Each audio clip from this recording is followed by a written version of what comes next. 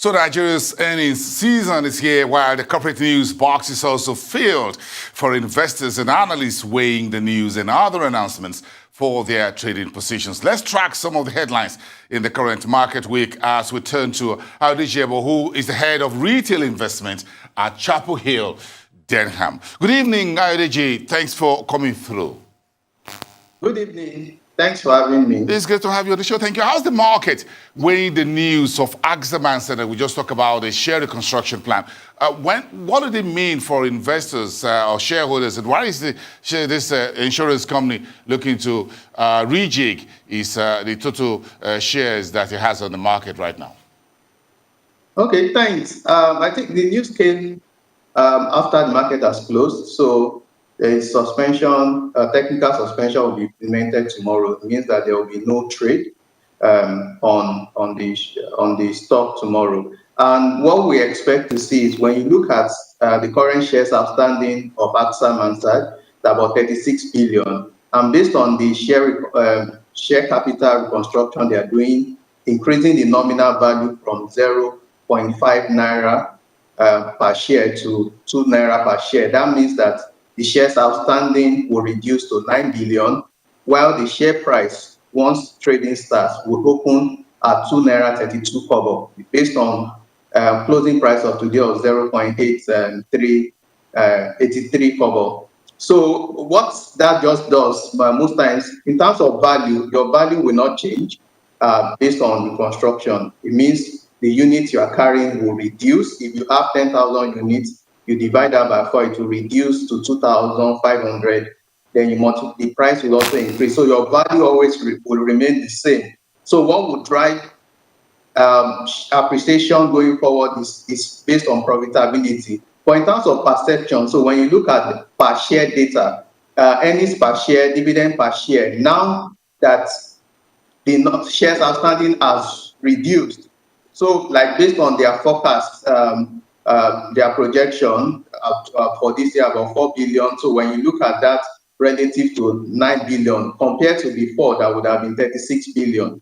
So it looks a bit substantial based on perception, but it still boils down to the yield, because when you compare it to price, will still, if nothing has happened, will still give you the same yield. So by and large, I feel that investors would only be moved by their profitability, and not really the share construction really doesn't change their current position. So there's really nothing to fear. But at least in terms of shares outstanding, we may be seeing more movement in the share price of the stock due to the reduced shares outstanding.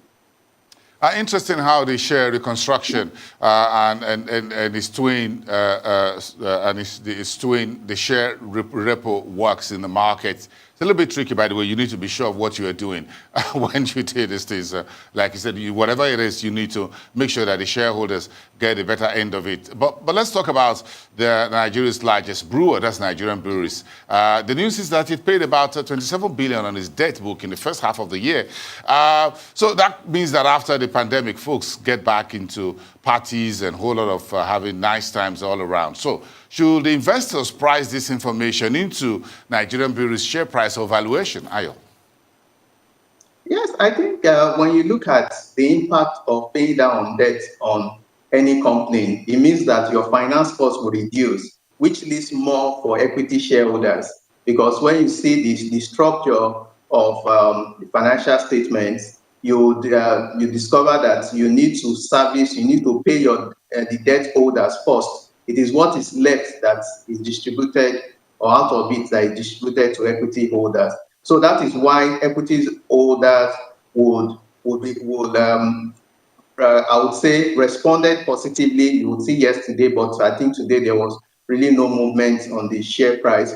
But overall, it's going to be positive for the company's profit, PAT, or I would say bottom line. And we hope that they would also just be able to sustain their profitability. When we looked at their half year, last year there was almost a full lockdown, and based on a lower base effect, it looks like they have improved.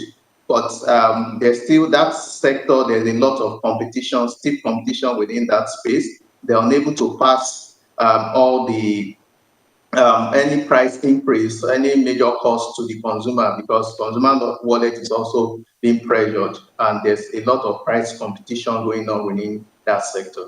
Okay, let's take it from brewery, from insurance to the banking space, because the latest data from the central bank show that the oil and gas and power sector still owing banks about 6 trillion naira in debt. This should be a major concern for the investors, even the central bank, isn't it? That's a whole lot of money.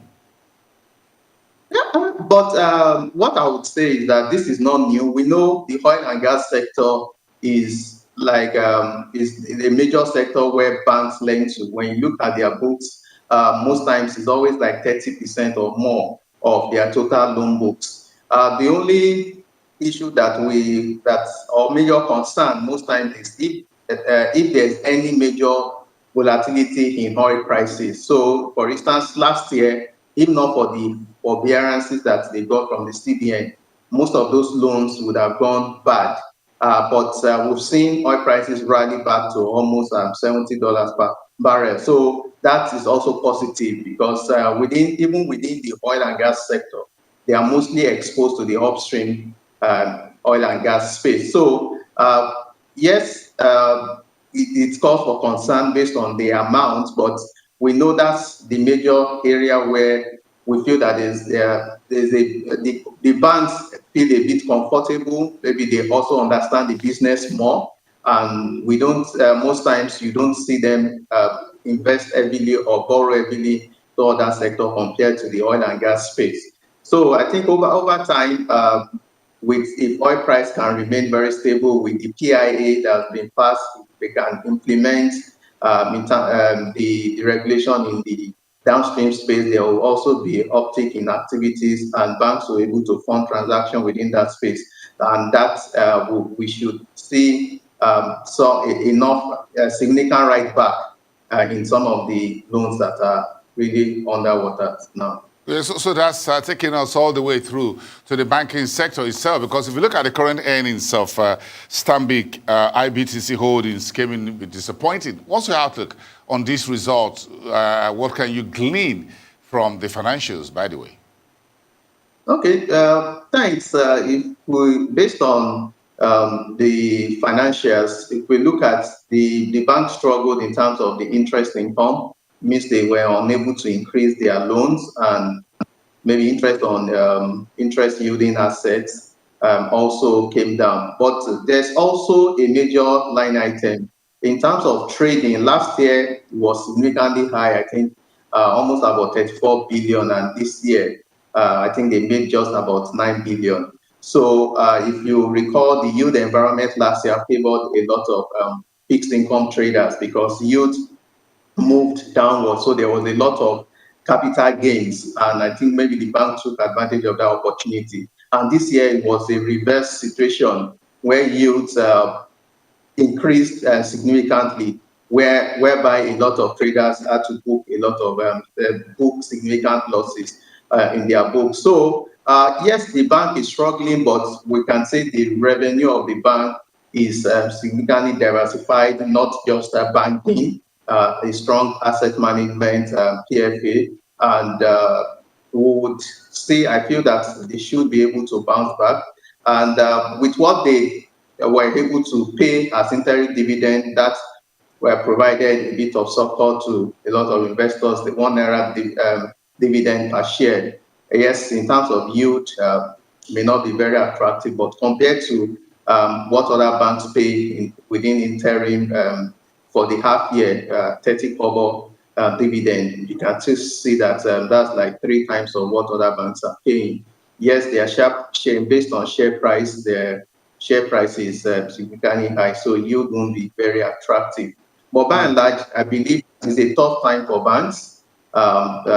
This year, cost of doing business is also going up, and the economy is just recovering, so opportunities for lending is not very significant. Thank you for those analysis. Ayodiji Ebo, Head Retail Investments at Chapel Hill, Denham. Have a pleasant evening and see you next time.